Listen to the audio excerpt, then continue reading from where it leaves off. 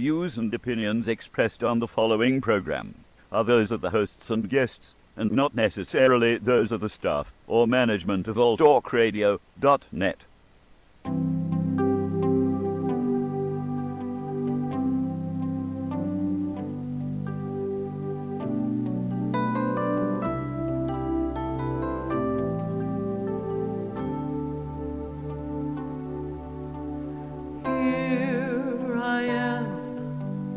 Standing at the door, looking back at life as it's been before,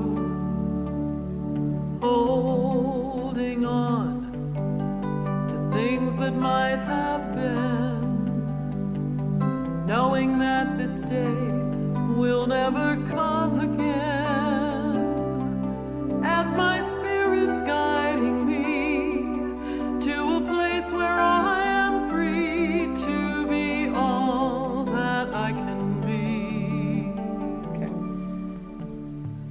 And welcome to Synchronicity and Your Life. Oh my gosh, I guess I'm too close to the microphone. Yep. Okay. And who are you? And I'm Jane McGuire. Who are you? I'm Elena Risto. And who is this? Who are you? We have a guest today. You know me. Introduce yourself to our audience. My name's Derek Robson. Derek Robson is our guest today, and today we are talking about, well, the name of your website is Hold On To Your Assets. Hold On That's to my Your blog, though. That's not. That's the blog. Hold Yeah. On To Your Assets. We're combining today spirituality and prosperity, financial wellness. Wellness and wisdom. Wellness and wisdom. How do you know? Yep. How do you know what to listen to? Yep. So with that, what is some of the things that you work with when you're doing financial consulting with people? Well, obviously, most of the time I don't spend a lot of time on the spiritual side Right. of finance. Right. Mainly on the ground in the trenches dealing with the material sort of concerns. And the one thing that I hear about often is financial stresses and financial worries, and it's my job to satisfy those, whatever they may be. And for example, how often in your line of work and in your practices do you hear concerns about job, money? Daily. I hear about it. So I hear about it on my end, and number one is you can insert any sentence you want. It's, I don't have enough. I don't have enough in case something happens to me. I don't have enough if I'm not here tomorrow. I don't have enough to take care of my family. I don't have enough to buy X. I just don't have enough. That's the concern. And there are some legitimate external causes of that, but for the most part, when someone's concerned, I don't have enough to buy something. I don't have enough for something. It's an internal problem.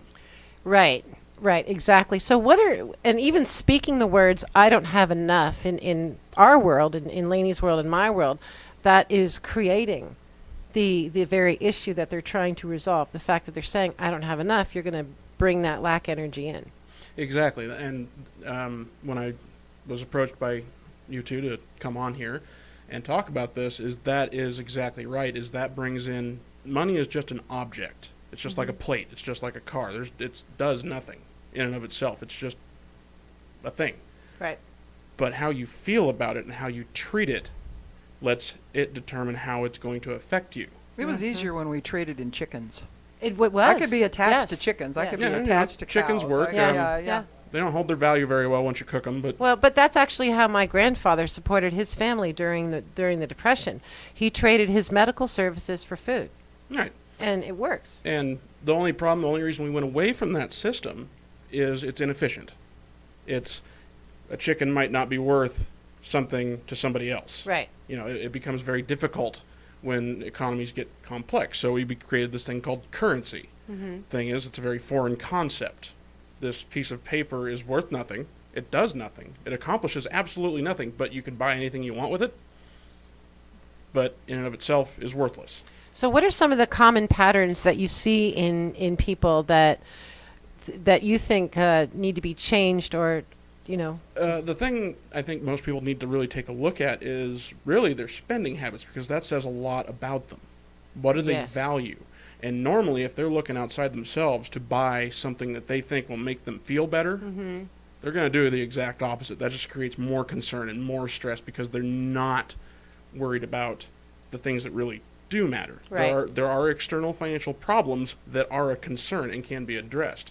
how you feel about yourself, money can't do that. Right, Well, right, and that's support for the line that using money to fix something money can't fix. right. You know, it's the same thing you can do. You could drop in food, like he says. You could drop Mm-hmm. in a different word there, but that's when it's a deep-seated emotional problem. But it's not about how much you make, right? It's about how No. much you spend. Like I was telling you the other night, is I've met with doctors and chiropractors that make $250,000 a year, and they're just as broke as somebody working at 7-Eleven. You know, I know No that different. I know the people out there shaking their heads saying there's no such thing as a broke doctor. You know, Again, because it's of just not. because of compliance issues and Right. various others. I met with one in Portland. He was an anesthesiologist. I won't say anything other than that. Made about $350,000 a year, had $5,000 cash to his name, and was in debt upwards of $1.2 million. And just that particular aspect of medicine, they, I believe, next to gynecologists and maybe heart surgeons, have the highest malpractice insurance They do. going. So, and that can be over $100,000 a year just in that alone. It can be, but it also doesn't account for his $500,000 home and his 5 cars and Right. so on. But the point is, it's just money. Mm-hmm. How you treat it is how it's going to treat you. If you treat it like it's an object, it's going to make you feel better and you abuse it, that's going to bring, on your side of things, bad energy in. It's Right. going to It's change going to bring how clients in, though. Well, it brings clients in, right. Well, But- you get the phone calls. Yeah. Yeah, am I going to make Yeah. any money Yeah, doing this? What I is do. it? Usually you get relationship calls and you usually Relationship get and career and finances. Yeah. right. Yeah. Absolutely. And But so, we're not immune to it. None of us are immune to it. We No, all because money worry doesn't about it. discriminate. I mean, Yeah. this is my job, and I'm not perfect. Nobody Yeah, is. I've heard that. Nobody is. Well, when it comes to money, of course, I'm not. Well, I Yeah. am perfect, but when it comes to money, I'm not. So when you see these people that have high level jobs, lawyers, doctors, architects like that, and they've got 5,000 in the bank and they've got all this other stuff, do you tell them to maybe talk to a lawyer and do bankruptcy? Do you have them do like a rescheduling? Do you look at their bills? What's the The norm? best I can do is it gets kind of sensitive because I'm restricted in what I can and cannot do. Right. But I can look at something and take a look at their situations. It'd be like it's kind of like trying to advise an alcoholic. How much Right. good are you going to do telling them they have a problem? Right. Right. And so that's on, I would say, your end of things is what is the root of that? Where is that wound coming from that they feel that they need to spend all this money for this showy lifestyle for whatever it is. It doesn't have to be a doctor. It can be anybody. You can be making $30,000 a year and living next to nothing when you really might not need all that stuff. Now, I'm not saying that there are not financial problems like you're worried you might want to have enough money to take care of your kids if something happens to you. Right. That is a legitimate external threat. Absolutely. Absolutely. But if you're making $30,000 a year and you have a brand new car and a couple of flat screen TVs and a brand new bed and a brand new couch in an apartment that costs you $1,000 a month, you're not much different than a doctor blowing $500,000. So it sounds like what you're doing is identifying where the problem is and then setting them maybe on a budget. Budget is a big one, and that's just habit. That's just practice. Yeah. But my real job is peace of mind as far as I can only help them take care of the external world. There are threats from the external world Sure. that must be addressed, and I can help plug those wounds and stop that kind of bleeding. That's the stuff that you worry about and introduces stress into your life. That is legitimate. But I can't fix that internal part. Right. That money will never fix that. Right. And that's something that people really need to look at because it is a relationship. We do need the economy to keep moving, and it's going to keep moving though if people spend money. I mean, Las Vegas is the perfect example of that. Well, and just the other night, when he and I were having a conversation, we talked about all the pawn shops. You know, when everything went down here in Las Vegas, when it was the famous 2008, 2009, Right. a lot of people were selling things off just to survive. The TV So I the- have, I bought at a pawn Yeah, shop. so the pawn shop market came up, and those guys made a lot of money in that time. And it is an ebb and flow in certain things, or and I'm sure he can speak to that. That there are times during the Depression that a whole lot of people made a lot of money. Yes. And then there's times also during the Depression people did not trust banks. Right. So they took their money out and they put it, under the mattress or whatever. And that you probably wouldn't recommend that, because that's, again, keeping money out of the economy. Well, actually. Oh, you would recommend that, taking the money out of a bank? I'm gonna find out where he keeps his mattress. Again, Right? I can't really. I'm restricted on what I can Right. say, but what I can point out is certain threats. You know, if there are risks and there's a lot of high technical finance, it really doesn't matter. It's fun for me. I'm a numbers nerd, but in the grand scheme of things, it doesn't matter. But if you keep it in a bank, for example, some banks charge you to keep their money there. They charge Right. you $100 a year, A $50 monthly a fee, year, right. monthly fee. Well, if your savings account's getting 0.1% on $1,000 and they're charging you $50 a year, you're losing money. You were Right. better off sticking it in a mattress. Because the mattress isn't going to do At least the anything. mattress isn't taking money. Right. So let's bring this back to what the focus of our show is, which is ways of healing a person, body, mind, and spirit. You know, this one of the reasons we talked about doing this was because a lot of times, especially people that work in our field, will say, "Well, you need to do this. Money can't be the issue." Right. And yet, some of the poorest people we know are people that work in this field. Yes. Not to the sense that you're going to get rich, because there's not very many people. This is a field you work in because you want to help people and you want to work on yourself, and it's the best way to do it. So let's get back to how do we make these two meet, because the money world is very much this reality. Yes, it is. And so to have a balanced body, mind, and spirit, you've got to have it functioning along with the physical Right. health, along with the spiritual health. Right. I know some people that every time they get paid, either through work or through private client business like what you and I have, they actually bless the check or the money, and then before they spend it, they bless it again, so that in theory the person that gets that next dollar bill is going to be doing right, blessings. and not only that, but it's also an act of gratitude. And Yeah. one of the biggest things you can do to heal for someone to self-healing is to be in gratitude. If they're in worry, start being grateful. If they think they don't have enough, be grateful for what you have. Yeah, exactly. That's one of those things, that just a little thing that Yeah. you can do. No, gratitude absolutely does that. And worry and stress in all of our worlds is going to limit that abundance, that Right. prosperity. Well, and in my world, and some of the training I've had, it was the minute you come from worry, you're not coming from your spirit. No, you're you're coming coming your from fear. ego, and you're coming from fear. And both of those places, you know, fear is a good thing. You got to be able to know when to run, because we wouldn't be here if our ancestors hadn't known how to run when they saw a buffalo Right. coming at them. Right, and but that's different. That's a sense of safety and taking the right action. In that time, that's having that higher awareness. The fears that we're talking about are ones that we create ourselves, or we've been so Through ingrained by our perception. parents Right. that you have to have this, you have to have. I know I was totally ingrained by that, and so it's a matter of changing the way you were raised, or at least for me, and I don't know if it's about the way you were raised as much as it is about the beliefs that you made Yeah. while you were being raised Yeah. in whatever system that was, because some of them may work very well for you, yeah. and some of them may not. And it is amazing, as the three of us were talking on Friday night, some of the books that are out on prosperity and Think and Grow Rich and all that kind of stuff are saying things, those old Dale Carnegie books, they still to this day hold true. Yeah, he can talk You know? to that, 'cause Yeah. I know that's something that he looks at. Humanity tends to make things more complicated than it has to be. Yeah, keep it simple, please. When all yes. else fails, make it simple. Yeah, And we introduce more complexity, think it's more stressful, it causes more problems, we lose sight of what the heck we're actually trying to do. I talked about that on the first post on my blog, was all this noise, all this static distorts what we're actually trying to accomplish. And as a result, we get disconnected with ourselves, we get depressed, we get discouraged, we get angry, we get fearful, and then that invites all sorts of negative behavior into your it life. does. Keep it simple. That's Yes, all you have to yeah. do. And they'll all say that. I'll probably get some flack for this, but savings and investment are not the same thing. If you Yeah. put money in the stock market, you're going to worry about that every day. You know, if you put your life savings in the stock market, it could disappear tomorrow. Exactly. You know, going about that is kind of backwards. But you would advise that they talk to a professional in that. Oh, totally Yeah, talk to a yeah. professional. I mean, there's a lot of people out there I've run into, and they know exactly what they're doing and what they're talking about, and they say, that's great, good for you. I'm glad to hear that you know you're on top of things, and I've got a few calls a month later saying, why didn't I help them? Just like I said, talking to an addict, unless they want to help themselves, there's nothing.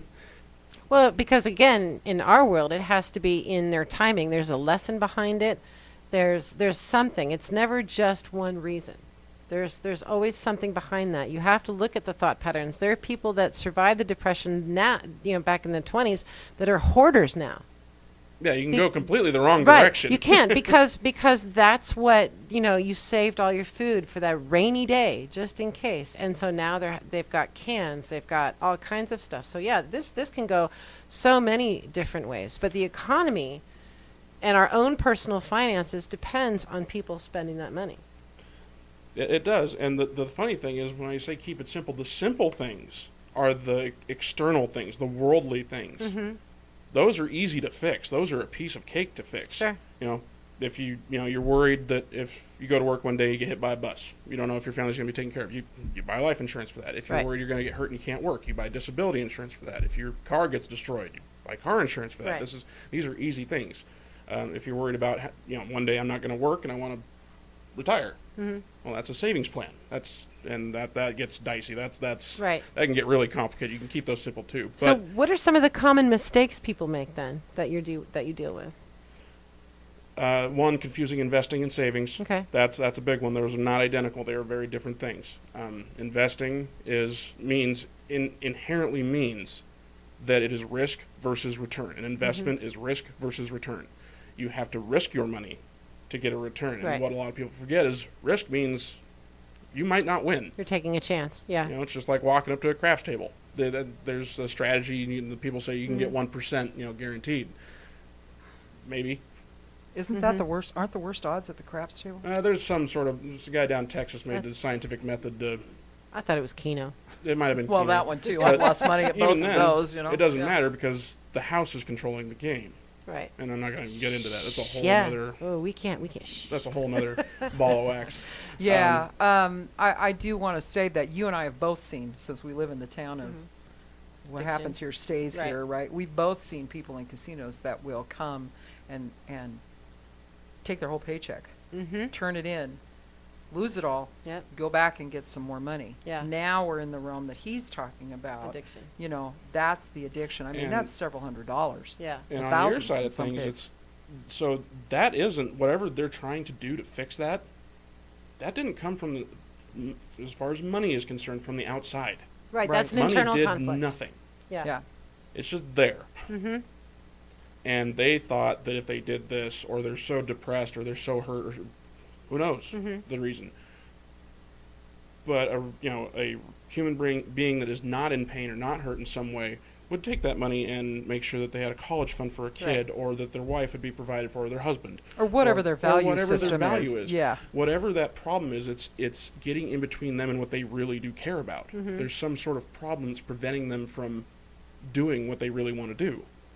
So if you have some questions for Derek, or want to make a comment about your prosperity level and your level of spirituality, or about money, right? That's or how you're afraid of money. Right. 702-609-7626. And the other thing is, if you have some tips about a different way to create money or abundance, prosperity, whatever word you want to use, feel free to call in and give us that as well.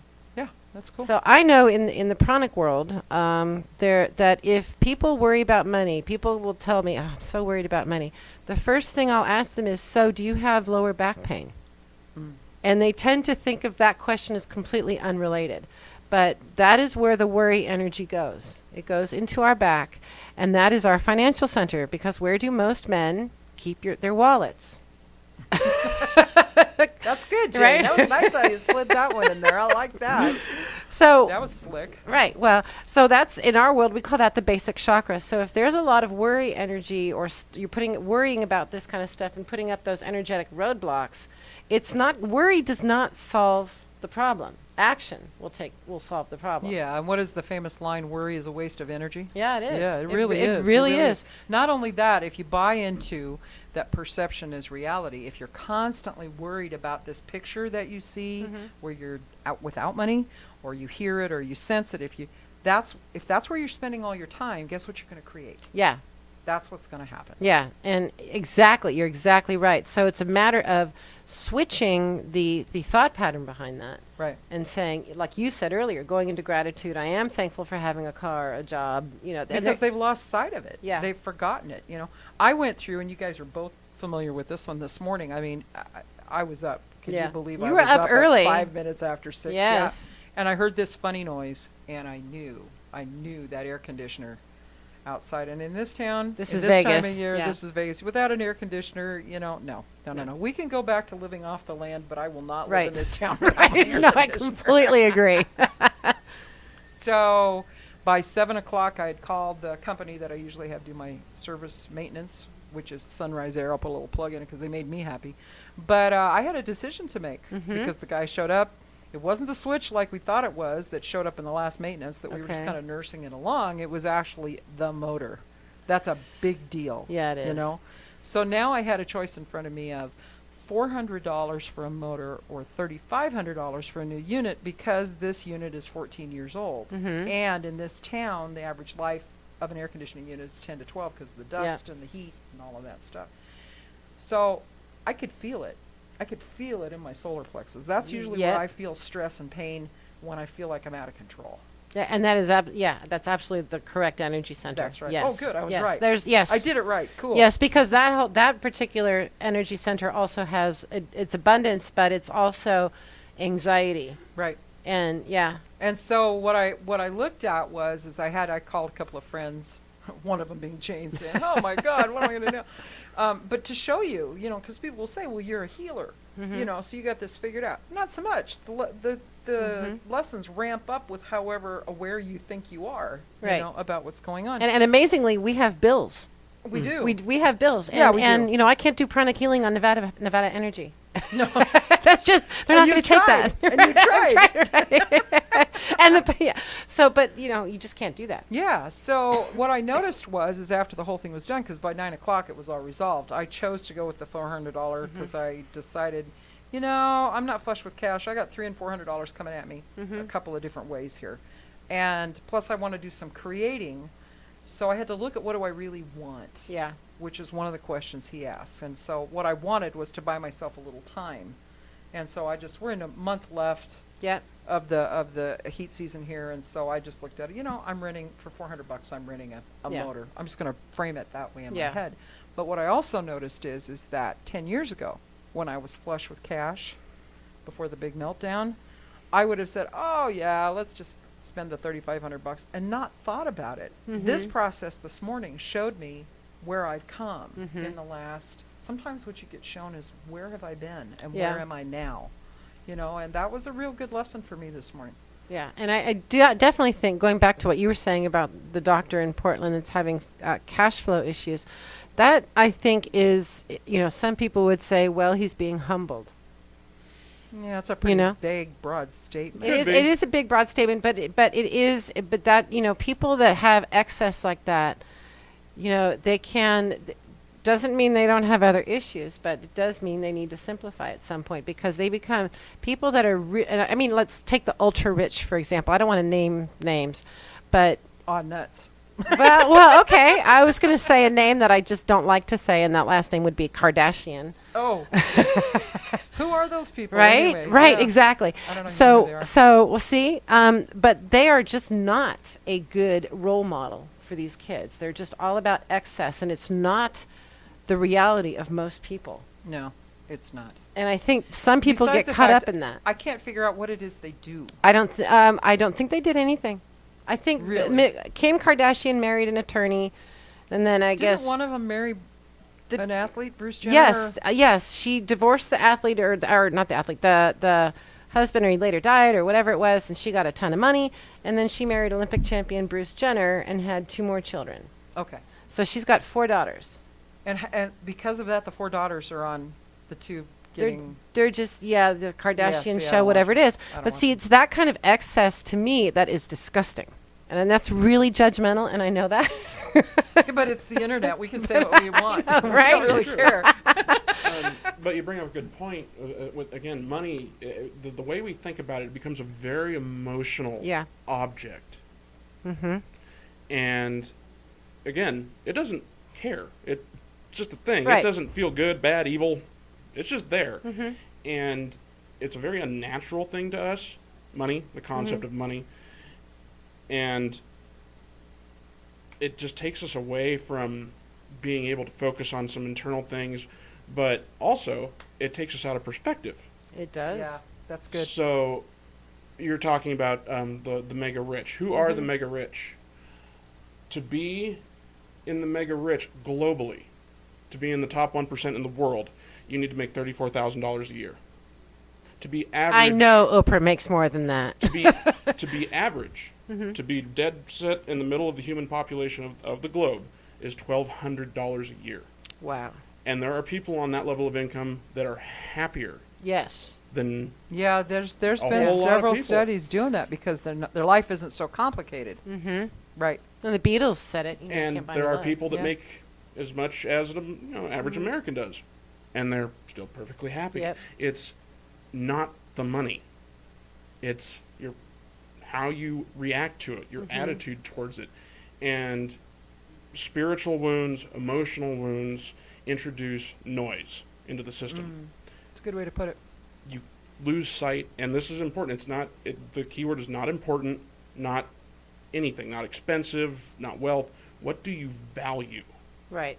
as a human being? And we're all pretty much the same when it comes to what we value. Value family, safety, security, home, friends. Those are all kind of there. Why aren't we taking care of those things? These are the things that money can do that are positive in our life. Why do we focus on other things? What is the wound? What is the problem that is taking you away from what you value? So what are some of the wounds that you've seen? The wounds, well, emotional wounds, addiction, an abusive family past, you lost it big and let your family down, you lost your home, whenever that is introduced from the outside, there could be an external. Well, I think that's obvious. I mean, those are the ones that are obvious things. screamingly obvious But now. I'm trying to, on the topic of what you normally speak about on this show, is there are internal problems that you just have. You don't feel good enough. Right. Yeah, I abandonment. just had a client who came to me, and one of the things this client wanted to do is just wanted to stop worrying about money. So you'd think that you'd go back and you'd find something about where I never had enough food, I never had enough money. The interesting thing, and this is where the shamanic world works differently, is that I went back when I did the shamanic journey and went back and found a situation where this person just never felt important enough to Dad. That's a situation. Wow. That's a situation, and what that translated to for this person was that they just never felt good enough they were never good enough to get Dad's attention. So what that translated to in the adult life was they were just never good enough to succeed. They were just never, and that's that funny thing that translates in a way that you can't put your finger on it right away. Right. Yeah, and money will never fix it. No. There's no amount of money in the world Because that will the ever cure pattern that. is set. I'm not good enough to succeed. So then they're going to program your life so that you just never really succeed. And I don't want anybody to feel bad about what I'm going to say. This isn't a judgmental thing. It's just something I've seen, and we probably have all done it at some point in our life. I've done it. Everybody in this room's probably done it. You get a raise. Your expenses Go up. rise Yep. to meet the increase in Right. money. Yeah. Right. Yeah. No, You get a windfall. Absolutely. It becomes an expense. Or you get that bonus. And that yearly then bonus. we get to that point, and then maybe it's taken away.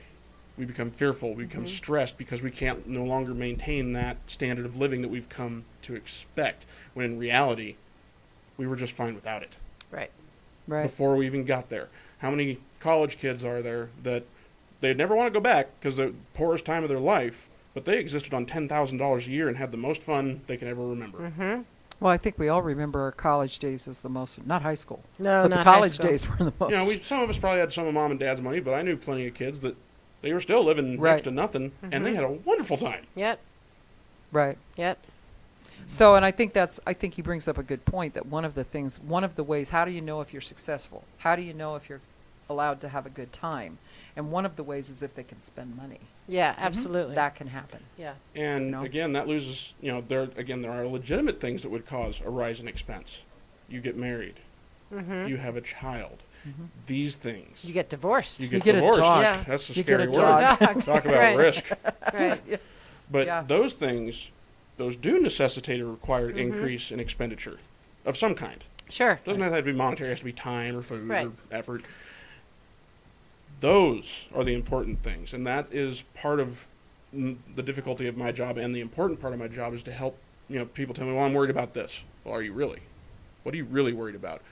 And normally it boils down to, for most, if it's a provider situation, that I don't feel good enough because I'm afraid I won't be able to provide enough for my family or my children. Or So when somebody says that to you, do you say, okay, well then maybe you need to see a life coach, a therapist or something? I can help with the financial part of it, but the emotional stuff is what is going to affect all this. and I don't think that happens a whole lot, because I've had some financial advisors that they didn't even go there. no, Yeah. they don't. No. Most, I hate to criticize people in my industry, but not really. Never mind. I feel fine about it. And you heard it here. Yeah. Did you hear that, George? Yeah. He's They nodding. are. Yeah. On All Talk Radio. Right. You heard it here. All right. They're not very comprehensive, meaning they'll take care of one part, Right. but they won't take a look at the whole picture. They'll say, okay, hey, you got enough life insurance. You're covered now. Well, are you? Did you really take a look? Did you take a look at maybe they're worried about if they get injured, they don't have any coverage at work. If they Right. get hurt and can't work anymore, what are they going to do? Are they saving for retirement at the time when they're not going to be able to take care of their kids anymore? They don't want to work. They just can't. Are they ready for that? Did you Right. help them find that? Are you helping them find problems in their life that is making them bleed money for no good reason? Right. And a lot of financial people fall flat on that. Well, because that's not that. A lot of people, financial people, they're still in the old paradigm. They don't see. No, yeah, you Where, put in your 401k and put right, in right. X, Y, and Z, and you'll be fine. No, it's And they're not. And let's face it, they're not trained to really look for the emotional issues. and to be fair, I'm not either, but I can can be aware of them and say, hey, I Right. see something. This might be something you want to work on, and that is something that the industry needs to realize, is that a lot of people, your stockbroker, they put a label on it when really we're in the people business. And we're dealing with a very emotional subject that is extremely important to people, and they're fearful about it. Yeah. And treating it like a mechanical thing, the money, sure, you can treat money like a mechanical object because that's what it is. But how people deal with it is completely the opposite. Yeah. Absolutely. So what do you say, and I know this is a hot button, so that's why I'm bringing it up. What do you say when you go to somebody and you say, okay, here's the deal. I think what we need to do is you need to put a life insurance thing in here. And they say, oh, no, screw that. I'm not going to do life insurance. Now what? How does that marry to this spiritual thing? So I hear that a lot, because a lot of people, they think finance, they don't think insurance. But when you talk about finance, you're talking about risk. You have to. So are there risks you're taking that can be covered? That's one of them. Depends what your plan is. If you're solo flying and you don't care about anybody else, okay, probably don't need it. But is there somebody in your life that counts on you, depends on you, needs you for something emotional, monetary, name it? Because there is a belief out there that insurance is the evil empire. It kind of is. But it kind of is, but it's companies one of might those be. things, because you pay money, month after month after month, and you hope you don't have, with the hope you don't have to use it. But when you got to use it, you're glad it's there. Right. well, there's let's see, how many people in this room have children? I do. 1, 2. At any point, have you ever worried that if something happened to you, or even crossed your mind, what would you do? What would they do if you weren't here? How would they be taken care of? Well, That rounding applause Yeah, I and know. silence It's- just is deafening, hopefully they would be able to support themselves. But that's a good question. But that's the key word right there is hope. Yeah. Hope. Yeah. You don't know. I don't know. Yeah. And yeah. And yeah. that is a lot of stress. Yes, I it mean, is. And a lot of people, they don't necessarily even think about that. They just kind of go day to day. But the instant that's brought up, how do you say, oh, they'll be fine? If it's a 3-year-old. Right. Which actually, you're getting into an area I wanted to ask. There are obviously special needs children out there and their parents face this. What do you suggest they do? Set up a trust? Set up a... There's actually specifically a thing called a special needs trust that is designed specifically for that. And how does that get funded? Oddly enough, normally with life insurance. With life insurance, or just because normally you just don't have that kind of liquidity. Right. I mean, you're talking about an assisted living for a special needs child that might be 16. Right. How long are they going to live? 30, 40, 50 years? Right. How much is that going to cost? Right. I mean, who has $2 million liquid to... What do you tell the single mother that has a special needs child, and because the child has special needs, she's not able to go out and work and produce that income? What does that woman do? Well, assuming she didn't start out that way, Dad went somewhere. Mm-hmm. Unless some and that's miraculous a whole birth. Right. Unless I know something, unless Jesus came back, or I don't know. Yeah. Well, the other thing is while you're talking about it, what I've noticed is that you can come from a place of fear, or you can come from a place of being balanced and say, I have these kids, I need to figure out some way to take care of them. Right. But if you're coming from this chokehold place of fear, that's where our work comes in, because at that point there is that thing about trusting that the universe has your back. And isn't that what it all comes down to in our world? Is trust. But it's not that the universe is going to... It's that old joke about the rowboat that we're always talking about, the guy that dies and... Right. Right. I gave you the helicopter. I gave you a rowboat. Yep. Why didn't you take one of those? But the thing about it is to trust that you will get... Something will be put in your path that will help you make a good decision. Right, and that people will be brought into your path. People will be brought into your path. But that doesn't mean you turn your back on it and say, well, God will provide, which God will provide, whatever belief system you're in. But there are some things you have to do yourself. There's work on the ground that makes that work. And I can think of a handful of people that I know that don't worry about it. They're incredibly generous people. And they've managed to hit that level where they go, but they do the work. They've hit that level where they have what they need and it shows up, but it's not because they're sitting on the couch watching Friends or watching the Kardashians or something like that. That's not what's going on there. Right. Does that make any sense? That makes a lot of sense. I think there's, in this day and age, there's a lot of talk about manifesting. Right. And those are the buzzwords: manifesting, abundance, trusting the universe. Those are all catchphrases. Right. But what does that really mean? Well, I know for me it is definitely, just the last couple of weeks I've been in this, not drought, but leaps of faith. It's been a lot of leaps of faith. Yesterday was a leap of faith, and so is today. Yeah, exactly. And so it does come down to that. I think it has to be the black and the white of the good common sense things that you're going to be told financially. I think it also has to be spiritual. Well, the things he's talking about are financial tools. Yeah. If you don't have this trust that the universe has your back, and there's a set of tools out there that it's going to show you, or you're going to find that you got to work. This is that balance between body, mind, and spirit. It's not all spirit. Right. And we know a lot of people that work in our field that they don't charge for what they do. And there's even a lot of they're always broke, and they're always, that's not it. If they didn't charge for what they did and they were at peace and they were okay, there's always a Mother Teresa out there, right? But they're not. Right. They're still in angst. They're still in worry. They're still, Yeah.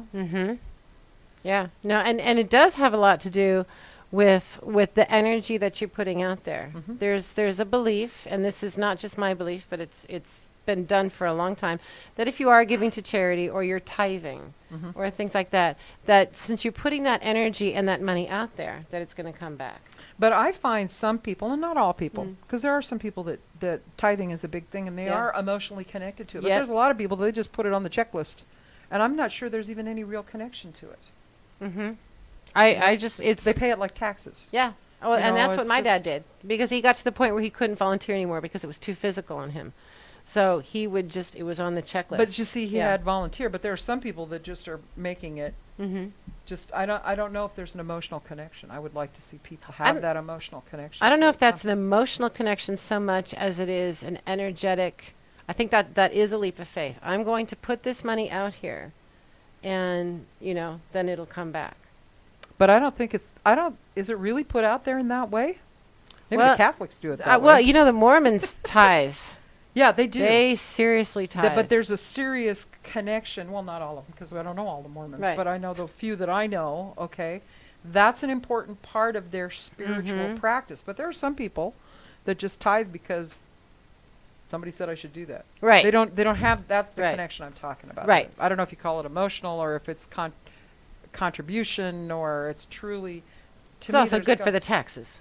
It is good for the taxes. Yeah. But I would say, and I would say on that note, if you're going to donate to something, you donate to something that you really want to support. Yeah. How Don't about you that? know? How about that donation process? Well, I'm all for it. I mean, supporting a good cause, donation, that's good for your. That's good for everything. That's good It's- for your emotions. It's good for yeah, your spirit. That's it's good good for karma. your health and well-being. I mean, just giving is a natural human thing that we feel good about. So, yeah. Now, is there a limit to the type of money? If somebody's in a money crunch, would you tell them, go donate, or would you tell them hold on to this and? Depends. The first charity should be their Right. family. Okay, yeah, they say charity begins at home. See, I Charity told you the begins at airlines home. knew what they were doing when they put that stuff together. They did, Put put your your gas mask on first. Yeah. Yep. But then you got to figure out what your team is. You take care of, what really, you get down to what really matters to you, your family. Right. I mean, your kids. That's where you do everything you do for most people. There are some oddballs out there, and I don't want to talk about them, but they're out there.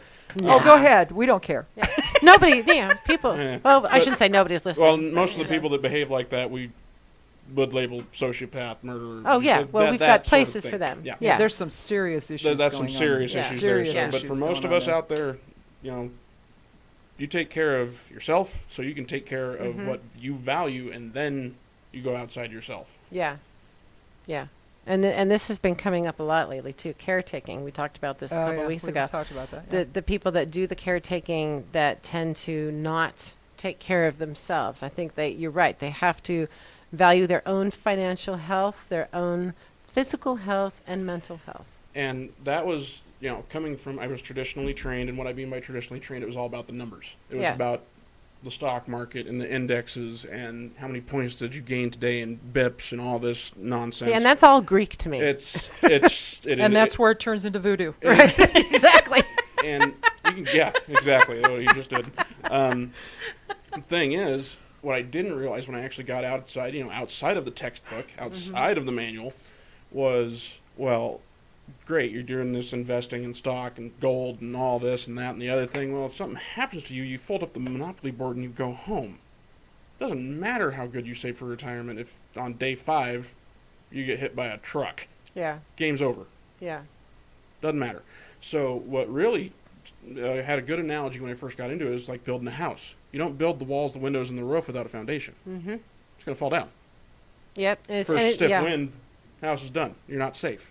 Yep. And it's definitely about that in healing, is about peeling back the layers and creating that strong foundation in your body and in your mind. And for a lot of people, what I've witnessed is, they're doing good. Hey, you're putting in your 401k, great. Mm-hmm. They worry about it because it's not safe. They don't have enough reserve to just take care of themselves, and they're doing this, and oh man, my 401k went down this year. This is bad. Like, well, what do you got for safe savings? What do you got for safe? Right. Sort of What's stuff? the backup What's your plan? security? Yeah.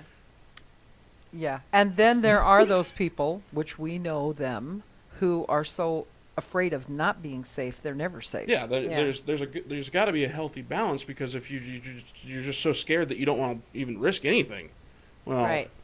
Right, because there's people out there that, and we're not, again, could be a whole other show, but we're not going to get into the conspiracy or, the government's holding all our money, but anyway. the economy right now is very tenuous. I mean, there's days when it's, supposedly good, and other days when not so much, For those that watch The Wolf of Wall Street, and everybody here see it? Anybody? Like I said, it's Greek to me. Yeah. You may as well be speaking a Saw it? different language. So the quote in there, Matthew McConaughey's talking to Leonardo DiCaprio's character, and says, "Hey, look, listen. Nobody knows the market goes up, goes down, left, right, especially stockbrokers." Go left. That is true story. Okay. I mean, if anybody says, "Hey, what's the market going to be next week?" and they say it's going to be up 5%, no, they don't. They have no clue. I mean, they can do all the technical finance in the world and all the fancy numbers and projections. I'm going to give everybody a little freebie here. All financial projections are based on one assumption, that human beings are rational. Oh, no. Well, I That just is the lost basis of two-thirds of my friends. that is the basis of pretty much every financial model out there. And even economic model. Finance came from economics, and they operate on the assumption that human beings are rational. Well, that's really scary. So when Lots of clients for us out there. to throw out a buzzword, let's go Yeah. with the Sharpe ratio. That's the performance measurement for a stock, based on the assumption that human beings are rational. No, they're not. That math, all that advanced math that PhDs have put together, is all based on one little assumption that completely makes it meaningless. But it looks good. The numbers look great. And I'll probably get slammed by stockbrokers from here, from the West Coast to the East Coast for saying Well, that. you get a lot of phone calls. Right. That's fine. They can argue with me all day long. But it's on page 1, paragraph 1, sentence 1. There you go. So what are some of the, you talk about these tools, let's say somebody does want to take control of their financial life. Obviously they contact you. How do they do that? I'd love them to contact me, but most people have a financial professional. What they need to know is the questions to ask. Okay, there you go. So give them these questions in English. I would love to answer the questions for them. I would love them to come from me. I'm a great person. I would love to help you. But that said, that was a good 3-second commercial. That was pretty tight. I liked it. My firm's called DR Financial. They can contact me at RobsonD, ROBSOND, at drfinancial. Better say that slower. Yes. .biz, ROBSOND, at drfinancial.biz. My phone number, 360-687-2046. Now, questions. You need to ask, and you need to be aware of what you need. First, you need to know what you want, where you're at, what you really value. You need to work on personal stuff to get there. Right. You need to be real comfortable with where you're at to know what you want. How safe is it? Can I lose my money? And if I can, how much of it? How much of it am I How much of it is Approximately. risk? And you don't want to hear, well, most of the time, almost, maybe, no. How much can I lose? And so these questions would make people nervous because they don't want to say, well, 80% of my clients do okay. I would think that's something you don't want to hear. Yeah. And then, if it does go down, is there any recourse for me? Oh, see that. Okay, so now by Can I get my money back? But nothing in life is guaranteed except for two things, right? That's not necessarily true. Okay. I'm not going to plug individual stuff. Right. It's just strategy. And, then you need to ask them, okay, this is the big one, because this is huge, is the 401ks and the tax-deferred stuff and all that. It's great, has its purpose. What is my tax liability going to be in retirement? How is my Social Security going to be affected? That's one that no one really looked at until now, because the baby boomers are retiring and they're drawing Social Security, and now they're looking at, I put all my money into a 401k, which is taxable, and now my Social Security is getting taxed. That wasn't supposed to happen. Okay. Well, again, that's just... And for the most part, getting hung up on interest rates and rate of return and all this voodoo, this is jargon. Right. Pointless.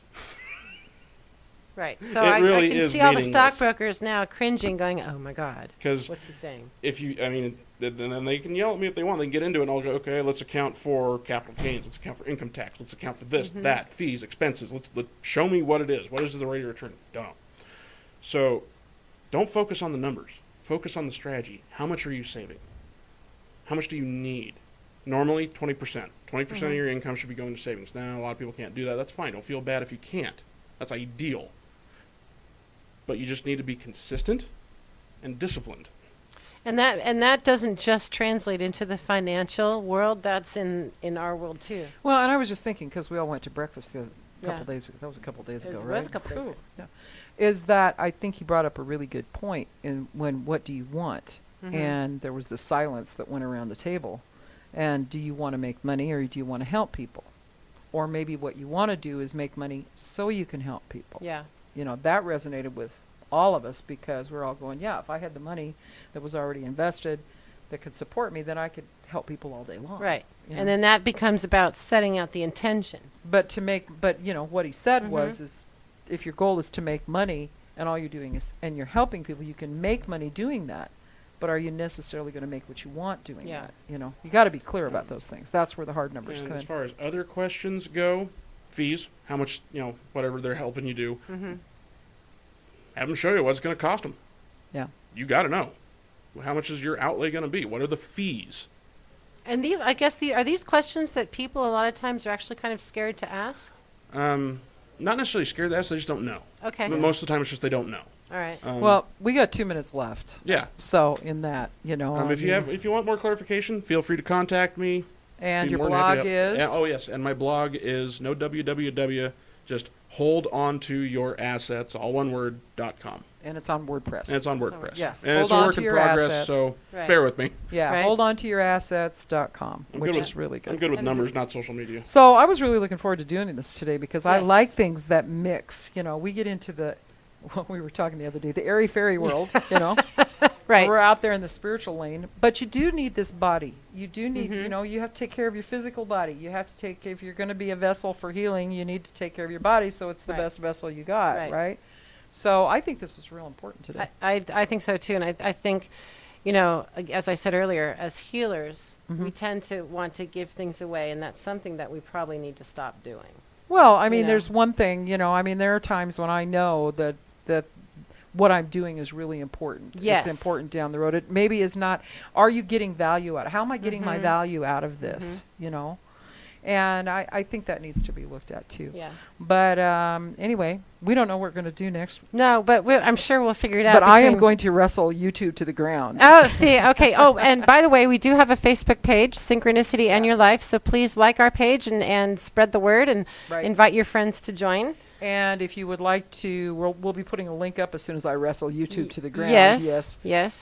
Where you can go and look at all of our archived shows, which will be better. Yeah. Because right now we've been sending out emails. So other than that, thanks, Derek. That You're was most fun. That welcome. was Glad to help. Yes. Yes. Yep. And thanks, Jane. Yeah. Thank Yeah, you, Miss thank Elena. you. Yeah. And you guys have a great week out there. And we are going out to the song "Here I Am," sung by my co-host Elena Risto. That would be me. Yes, that would be you. Have a great week. Thanks.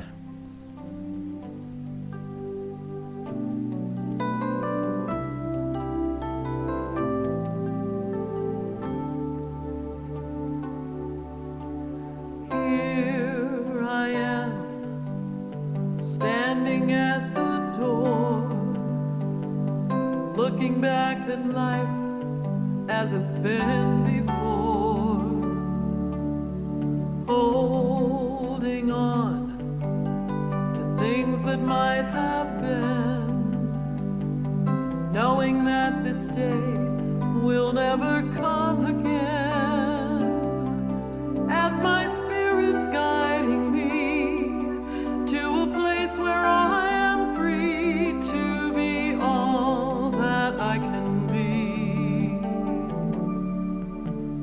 Here I am in stories that I know, feeling safe yet yearning to go. Time and dreams, partners in a dance, choosing steps with every new chance.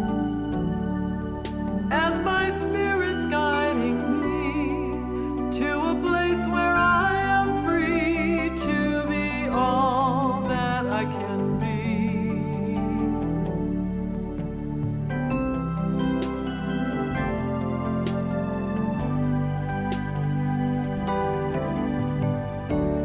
Deep in despair,